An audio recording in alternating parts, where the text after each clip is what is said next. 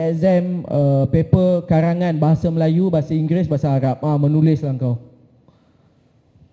Jadi calon OKU. Memang tak boleh lupa. Pagi tu, pukul 8 pagi saya nak exam SPM. Pukul 3 pagi, saya belum tidur lagi. Buat lagi, latih to be, buat. Sampai satu masa, saya ambil pen tu, saya campak dekat dinding. Saya kata, ya Allah, kau nak uji aku apa lagi? Kau letak aku dalam family macam ni, kau bagi aku akal yang bodoh macam ni, abah-abah aku kau bagi bijak, kau bagi aku sakit teruk macam ni. Setahun tu memang sangat kurang saya datang sekolah. Saya datang sekolah sikit je, sebab saya banyak sakit kat rumah waktu tu. Kau bagi aku fail 5 subjek, dalam masa yang sama kau letak tekanan penuh atas bahu untuk aku berjaya macam abang aku. Kau nak apa sebenarnya ya Allah? Saya marah waktu tu. Saya keluar bilik saya pukul 3 pagi, tak tidur lagi. Saya keluar daripada bilik saya waktu tu. Malam tu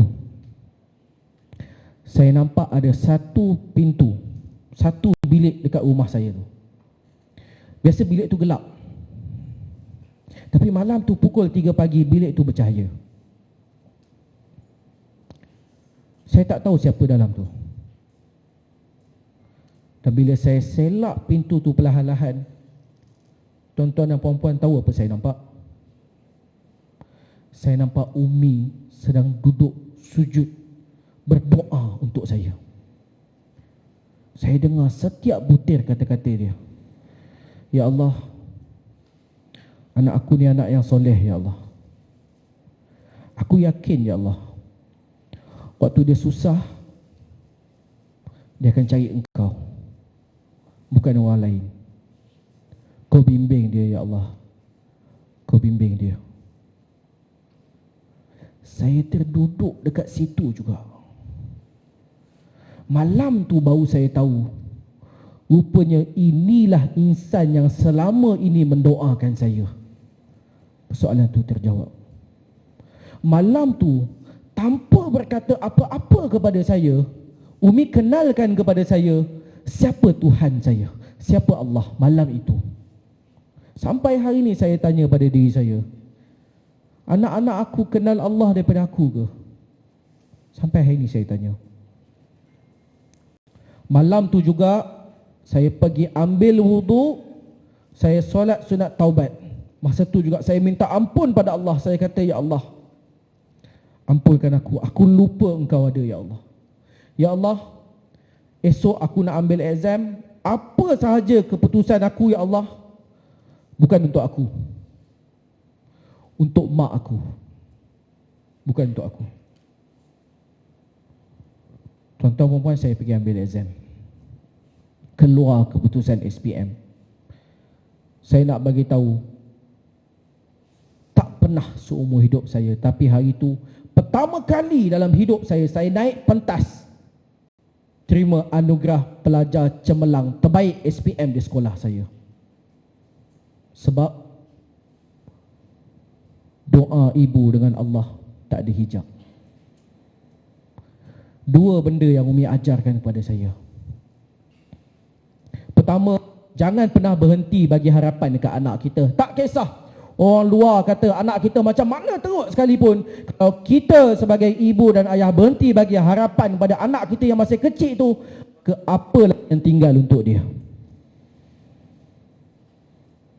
Jangan pernah berhenti bagi harapan. Itu yang pertama.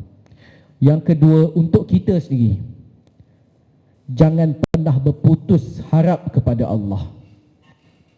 Kalau kita ibu dan bapa berhenti bergantung harap kepada Allah, maka apa lagi tali-tali yang menghubungkan seorang anak dengan Tuhan dia? Kalau tali-tali yang menghubung seorang ibu dan bapa dengan Tuhan dia sudah terputus, apa lagi harapan yang tinggal untuk anak kecil yang tak ada daya tu?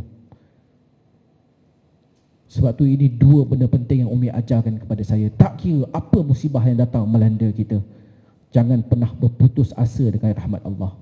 Umi bangun setiap malam minta doa dekat Allah. Itulah sumber kekuatan Umi.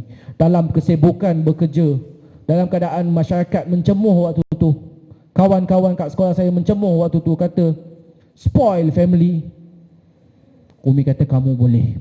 Umi yakin sebab Allah. Sampai hari ini saya masih minta doa daripada Umi. Saya pernah bekerja sambil belajar. Waktu tu memang busy. Dapat pula berita saya duduk dekat Bangi, dapat berita atuk saya dekat Sungai Petani Kedah meninggal dunia. Saya balik malam tu juga, 12 malam sampai pukul 5 pagi, selesaikan jenazah, urus jenazah. Alhamdulillah Allah mudahkan, mandi, kafan, solat, tanam semua. Saya balik malam tu juga sebab esoknya pagi ada exam. Saya tak sempat study, sibuk kerja, tak sempat study. Sampai tidur, solat subuh, bangun terus siap pergi universiti. Masa tu baru sempat buka buku, selak apa yang patut. Saya call Umi. Saya kata, Umi tolong doakan Suhail. Umi kata sentiasa doakan kamu, lega. Apa yang sempat baca, tutup.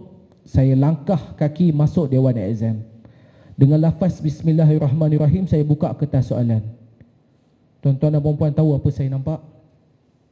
Soalan keluar sebiji apa yang sempat saya baca 20 minit sebelum exam tadi. Dan untuk subjek tu saya dapat 4 flat. Doa ibu tak ada hijab. Yakin dan percayalah benda tu. Sebab tu kita, ibu dan bapa, kedua-dua sekali. Kadang-kadang orang kata bapa ni jarang berdoa. Test. Allahumma salli ala Sayyidina Muhammad. Okey. Kadang-kadang orang kata bapa ni jarang berdoa. Itulah yang lagi Allah nak dengar. Doa tulus daripada bapa tu. Setiap apa yang keluar daripada mulut kita ni adalah doa. Saya masih ingat lagi. Saya dilahirkan di United Kingdom waktu tu. Abah saya sambung pengajian, saya lahir dekat situ. Di United Kingdom, zaman tu tahun 90-an, awal 90-an, kami tidak dibenarkan untuk scan kandungan baby tu. So kita tak tahu baby dalam kandungan tu lelaki ke perempuan, kita tak tahu. Sebab banyak kes orang gugurkan kandungan bila tahu anak dia tak sesuai dengan jantina yang dia nak. Dekat situ, dekat UK waktu tu. So hari kejadian tu barulah tahu anak tu laki ke perempuan. So waktu tu nurse, doktor dekat hospital tu, Mak Saleh tu, diorang excited nak tahu anak Umi yang keluar ni laki ke perempuan. Dan Umi memang sangat berhasrat untuk nak anak perempuan. Dah bagi nama dah, Jannah nama dia. Kan? Dah bagi nama Jannah. Dan nurse kat situ pun tahu 4 anak Umi atas semua laki. Dia pun excited nak tahu yang keluar yang kelima ni perempuan. Semua excited waktu tu. So tibalah saatnya, pup, keluarlah budaknya. Bukan Jannah. Bukan perempuan, yang keluar anak jantan. So waktu tu terpancullah perkataan pertama yang saya dengar dalam hidup saya. Keluar daripada mulut nurse tersebut, jururawat tersebut, poor mother. Poor mother, ibu yang malang. Sebab apa? Nak anak perempuan, keluar anak lelaki.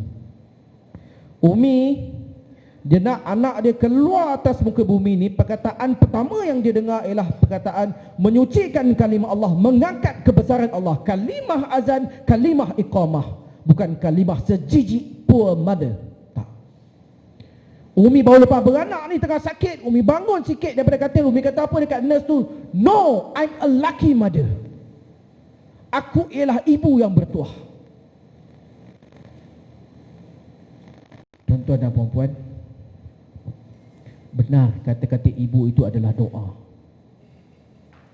Di saat susah, di saat diuji, Umi nekat katakan, aku ibu yang bertuah. Hari ini Allah makbulkan doa Umi. Umi benar-benar berdiri sebagai seorang ibu yang bertuah. Sebab apa? Kata-kata yang dilontarkan, insya-Allah. Baik. Lebih-lebih pula kita ni. Okey. Minta maaf lah ya. Saya ceritakan apa yang kami lalui ini bukanlah untuk mengaibkan sesiapa ataupun bukanlah nak katakan kami yang terbaik ke tak. Nak kata cabaran sentiasa ada. Dan kalau kita yakin, kita mahu, insya-Allah Allah akan tunjukkan jalan tu sebenarnya. Kami ni pun orang yang penuh dengan dosa sebenarnya. Allah mungkin tutup aib kita, orang tak nampak. Tapi Allah nak tengok di sebalik hamba dia yang hina tu, Allah muliakan mereka ni dengan Al-Quran itu sendiri. Jadi insya-Allah kita bawa anak-anak kita kembali menghayati Al-Quran ini dalam hidup kita. Insya-Allah. Sebelum saya tutup, saya nak tanya ada kita dah tak ada soalan apa lagi ya? Insya-Allah ya. Ada ya, sila.